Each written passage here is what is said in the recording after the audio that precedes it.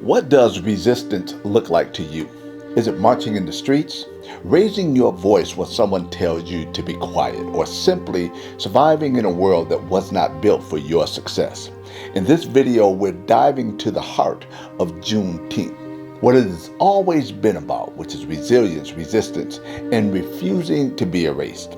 And if you're a parent or a grandparent or someone determined to make sure our truth is passed on to the next generation, then you're in the right place. Now, before we begin, I encourage you to subscribe to Unlocking Black History on YouTube and join our private Facebook group where these conversations keep going long after the video ends. The article Defining Freedom, published by the National Museum of African American History and Culture, is a very good resource that explains why Juneteenth celebrations serve as a testament to the resilience of Black Americans and the enduring quest for freedom and equality. It reminds us that freedom of expression, cultural consciousness, and even joy, yes, joy, are all acts of resistance. Now, this isn't just about the 1800s. Let's fast forward to a modern day example. On February the 18th, 2018, NBA superstar LeBron James used his platform to speak on social and political issues. His comments were met with sharp resistance from a Fox News host named Laura Ingraham, who told him to shut up and dribble. But LeBron James did not back down.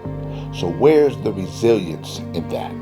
Based on history, that kind of silencing is nothing new. It's what we call the stay in your place mentality. It's the same thinking that's tried to keep us silent for generations. It didn't work then, and it is not going to work now. Just last month, I released a video about the word woke, how it originated in the 1930s and resurfaced in the 21st century as a way to awaken our cultural consciousness. And here we are again discussing Juneteenth, a holiday rooted in our knowledge that we were enslaved, suppressed, and oppressed. And yet, we continue to overcome and we continue to thrive. Still, I encourage us all to not only celebrate how far we've come, but also to recommit ourselves to the ongoing struggle for justice and equality. Together we can ensure that a legacy of Juneteenth continues to inspire future generations on the path towards a more just and equitable society. Now, let me ask you, have you ever attended a Juneteenth celebration or an event? Will you consider going to one? And if you've already been to one, what was your biggest takeaway? Put it in the comments. We'd be interested in hearing from you. The article goes on to say that Black Americans have always been persistent about embracing and reinventing culture as an act of rebellion throughout American history. To that I add, we had to. When we were told that we could not worship alongside of you, we built our own churches. When we were banned from attending your schools, we founded our own. When we were mocked for how we dressed, we created our own styles. And when you wouldn't let us eat in your restaurants, we held block parties. These actions weren't just about survival, they were personal and they were necessary. In a society that has often been cruel, deceptive, and racist towards us, we've learned how to navigate the nonsense and still move forward with our heads held high. In a past video, I shared the story of my father, a veteran who served in the United States Army. In the early 1960s, he attempted to purchase a home on the outskirts of the inner city, but not in the suburbs. See, in the 1960s, veterans were eligible for benefits provided under the GI Bill of Rights, also known as the Servicemen's Readjustment Act, to help them purchase homes. Specifically, the GI Bill offered a loan guarantee program which helped secure the mortgage. The program included provisions like loan guarantees, where the VA would guarantee a portion of the loan made by the private lender. Direct loans. For veterans in certain areas where private loans were not available, direct loans were also provided. And VA funding fee. The 1966 Act also introduced the VA funding fee, a charge applied to the loan to help cover potential losses in the event of a default. These benefits, particularly the VA Home Loan Program, played a significant role in enabling veterans to become homeowners and contribute to the post-war economic boom and the growth of the American middle class. But when my father went to purchase a house, the man told my father that he could not rent, lease, nor sell that house to anyone other than the Caucasian race. You see, during that time, government-driven segregation programs dictated where Black Americans could live. But nevertheless, my father purchased a beautiful home in the inner city, and you can bet your bottom dollar we made that house a home. Whether Juneteenth is recognized as a holiday or not, Black Americans continue to carry the torch of ingenuity, diversity, and resilience. We press forward because standing still is not an option. Juneteenth is not just a celebration of freedom. It's a reminder that the fight for racial equality is not over. We are still advocating, we are still resisting, and we are still demanding what is rightfully ours. And let's not get it twisted. Despite how the narrative gets distorted to suggest that we are asking for handouts, Juneteenth reminds us that we are to continuously demand that we receive what we are justifiably due.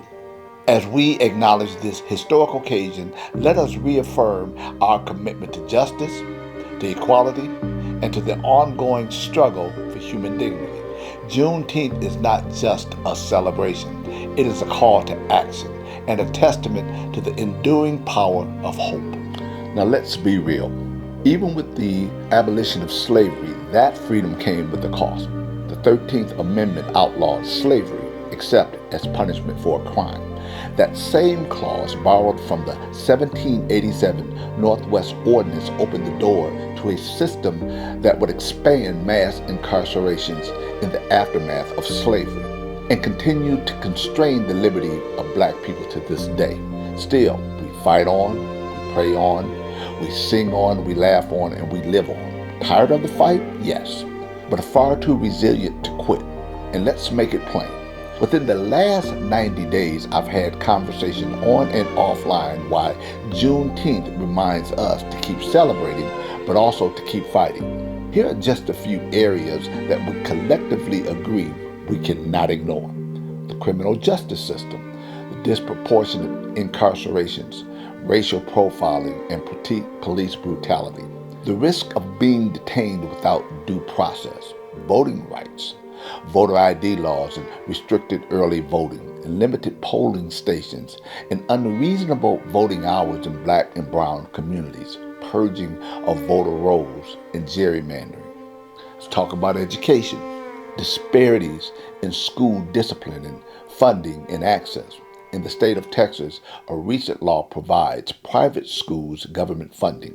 This is projected to negatively affect the public schools serving Black and brown children. Economic opportunity, the racial and the income gaps, hiring discrimination, rolling back diversity, equity, and inclusion program, housing, still dealing with the redlining and unequal mortgage access, weakening of fair housing laws, healthcare, inadequacies in access to care, threats to the Affordable Care Act and Medicaid, and government programs, affirmative action still being under assault, voting right protections stalled, and the current administration's erasure of Black history happening right here in real time.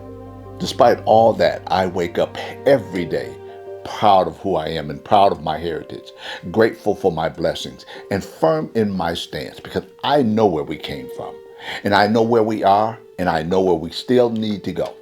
This week's book recommendation is Juneteenth, A Celebration of Freedom by Charles A. Taylor. You can find it in the rest of my recommendations for your Black History Library, linked in the description below.